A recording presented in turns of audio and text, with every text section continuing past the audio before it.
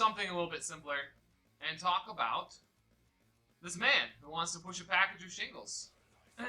So a man wants to push a package of shingles, a total mass 15 kilograms, up a roof being built at an angle of 27 degrees. The coefficient of friction between the package and the roofing paper already in place is mu sub k equals 0.55.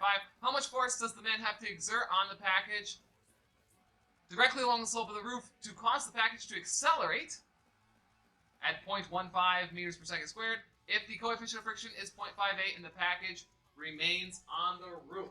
So this is a bread and butter force problem on an inclined plane. We got friction forces, we got both kinetic and static friction. So let's go ahead and start to solve it. Now, whenever I do problem here, this one's a lot more straightforward. And like I said, when I go over things with my students, when I go over force problems with my students, I talk about three main rules for solving force problems. The first one is draw a free body diagram.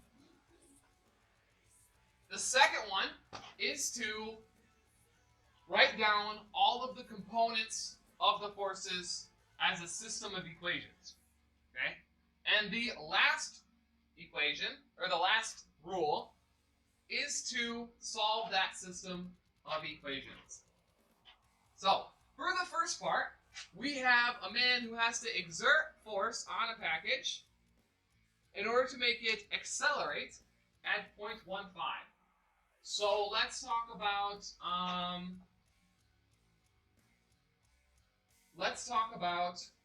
the free body diagram first. Now, when you're making a free body diagram, you always want to draw the normal force perpendicular to the surface, and you want the surface to be your x and y, or I'm sorry, your x-axis. So we will have some sort of x-axis here, and then we'll have some sort of y-axis here, where this angle will have some line here. And this is our roof. Our roof is going up on the angle. And this theta is going to be the angle of incline. Yes, very good. Now, let's do the following. Let's start labeling our forces. So firstly and foremost, gravity. I like to start with gravity. Straight down, it's mg. Actually, let's just write force for now. We'll worry about what it is later. The force due to gravity. And now let's do the normal force. That, again, perpendicular to the surface. And we'll do F normal. These are all vectors. And now we have a kinetic friction. So kinetic friction is trying to stop the package from moving up the roof. So you could write it here. It is stopping the package from moving up the roof. We want up to be positive x direction. That's going to be the force of the push. We'll just call it F, because we haven't used F yet. And these are all the forces that are going on. We could even put this as theta right here. Vertical angles. And we know that if he pushes the object and there's some acceleration, then all of the forces in the x direction are going to be equal to some mass times some acceleration, where the acceleration is, going up the incline. So we can also now, the next step is to write out all of the components of the force as a system of equations. Well, let's look at this. If this is our y direction, this is our x direction, then we can talk about all of the forces in them.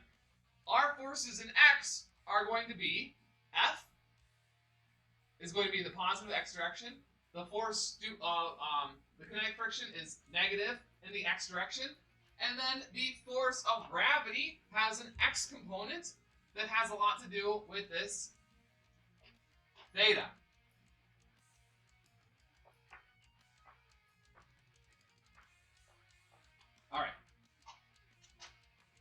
Any questions yet? Nope, nope, nope. Okay, so I think everything's pretty good. I can probably hide the problem now. I think we all know the problem. We'll worry about the numbers later. All right, so let's write out let's write out the system of equations as components of forces. So we have F. That's the main force. That's the force that we're looking for, the force that's being applied to the package. There's a gravitational force, which is, again, the x component of theta. So the x component, since the theta is going to be, for gravity, theta is also going to be right here. So we can say, is that right? Yeah. It's away from all of those axes.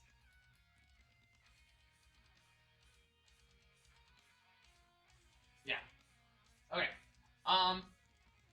mg times sine of theta. And that's the force, the x component due to gravity. And then lastly, negative Fk, because this F is going in the x direction and the opposite direction of the force. This is all equal to ma. Well, that's good and all, but friction, if we were to rewrite this, friction we know to be the normal force times this kinetic coefficient of friction. We know the kinetic coefficient of friction. What we don't know is the normal force, because the normal force, we don't know the normal force. In order to find the normal force, we need to sum over the y components. The y components are the normal force, and then remember, this is the y direction. So this is positive y, this is negative y. Our xy axis is tilted. So the force due to gravity is also going to have a y component, just like it had an x component, and that's going to be given by mg cosine theta. Luckily, the package is not moving or accelerating at all in the y direction. What does that mean? Well, that just means that this is equal to 0. And that's good, because if it was moving or accelerating in the y direction, it would either be flying off the roof or it would be driving itself into the house. And both of those things would be bad. So, it's not accelerating, which is good. And that means that this whole force is equal to 0. Well, what does that mean? That just means that, before we get to the next step, we need to say part 3 of the equation of the solving process is to solve the system of linear equations. So here, Fn, the first step is to solve for Fn. That way we can substitute it into our equation up here. Fn is equal to mg cosine theta. So that means that our F, we can substitute that back in. We're going to bring this down here. F minus mg sine theta minus mg cosine theta times mu sub k is equal to ma. Now, when you solve system of linear equations, you are done when you have one equation and one unknown. Here we have one equation. We know theta, we know m, we know g, we know mu k, we know a. We're done. The only thing left to do is to just solve for f. So solving for f, we would just pull this stuff to the side. F is going to equal ma plus mg times sine theta plus mu sub k cosine theta.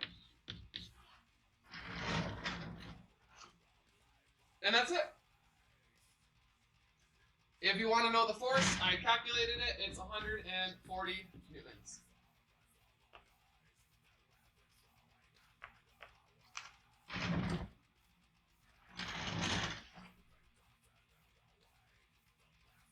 So again, when you're doing these force problems, the 3 steps for solving the force problems are to draw your free body diagram, write out the system of linear equations, solve the system of linear equations, and then plug in your numbers however you need to. And you're done solving your system of equations when you have one equation with one unknown.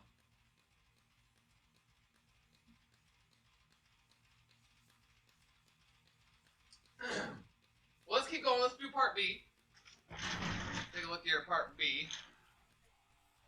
Part B, if the coefficient of static friction is 0.58, will the package remain on the roof? So now, we're going to assume the package is not moving. Or we're going to, not being pushed. That's probably the best thing to say. So now the package is not being pushed. Oops.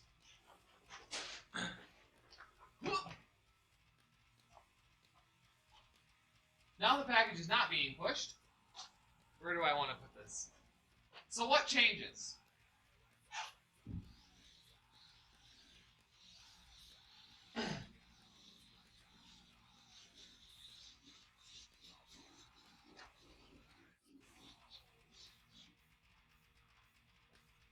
Well, there's no F anymore. So the sum of the components in the x direction, the Freebody diagram is not going to change, other than now we don't have to worry about the force, and this is actually static friction instead of kinetic friction. So we're just sort of testing whether or not, maybe I should say, we should draw the Freebody diagram. So this is for part A. For part B, the Freebody diagram looks different. It looks a little different. We have our x direction, our y direction. Now we have the force due to gravity. We have the normal force.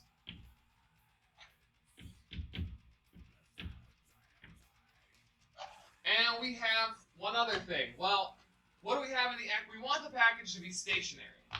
Okay? So that means that the normal force and the y force have to equal. So we could write, again, f of y is equal to the normal force minus the cosine mg. I forgot mg.